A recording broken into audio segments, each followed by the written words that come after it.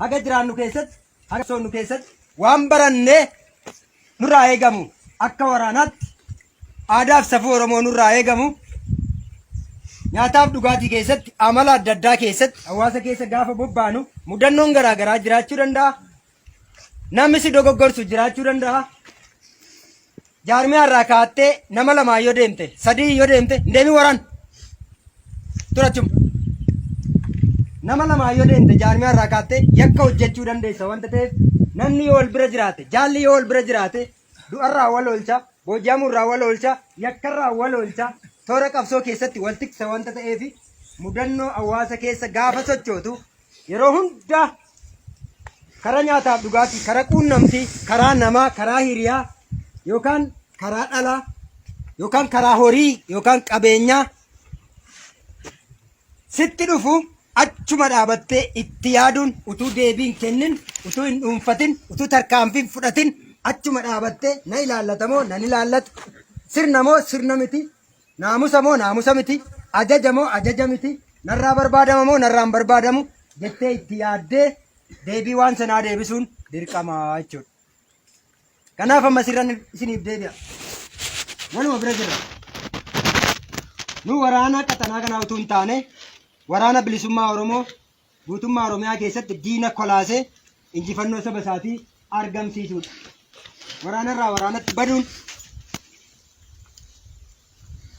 waan sin ilaallanne ergama sitti hin kennamne keessa seenuun amala fafee fedha irratti hundaa'e keessatti kufuun akka sin ilaallanne beektee akkan fila jedhee akka durba naqataa guyyaan gaa'ela seetii xumuramutti of eeggattutti hanga bilisummaatti yookaan guyyaa waaqisii kenne sirkaa fudhatuutti sansakkaa namummaa kee yookaan waraana bilisummaa Oromoo ta'uu keetii eeggachuu qabdaa jechuudha. Asii gaafa ol baatu tokko raafuu fidee tokko immoo cooma fidee tokko immoo araqee fidee tokko immoo bishaan fidee tokko immoo bareedaan tokko fokkisaan tokko xinnaa hiriyaan tokko guddaan akkuma sila tuqe waan hedduun gara kee dhufuu danda'a. Gaafa sana dhaabbattee maal akka gara kee dhufe beekuun dirqama. Waraana bilisummaa Oromootti waa sadii dhufa. Waa meeqan jedhe? Sadi. Inni tokko jaalala dhugaa sirraa waan qabuuf gara kee dhufa. Inni kam? Inni tokko. Inni lammaffaan immoo si sodaateetu diinummaa of keessatti qabatee gara kee dhufa yookaan waa sii kenna.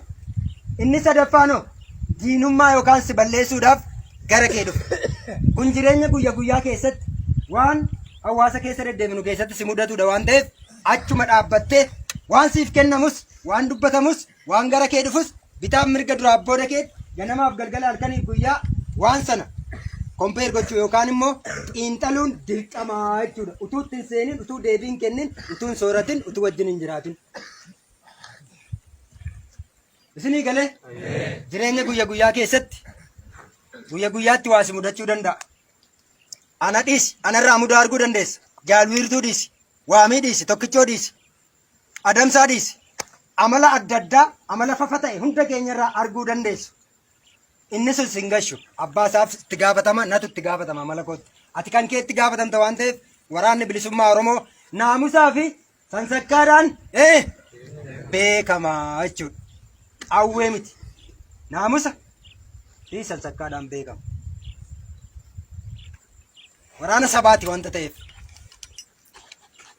Kanaaf jabaadhaa akkuma isa ta'e sammuun kee qabsoo kanaaf misoomeera.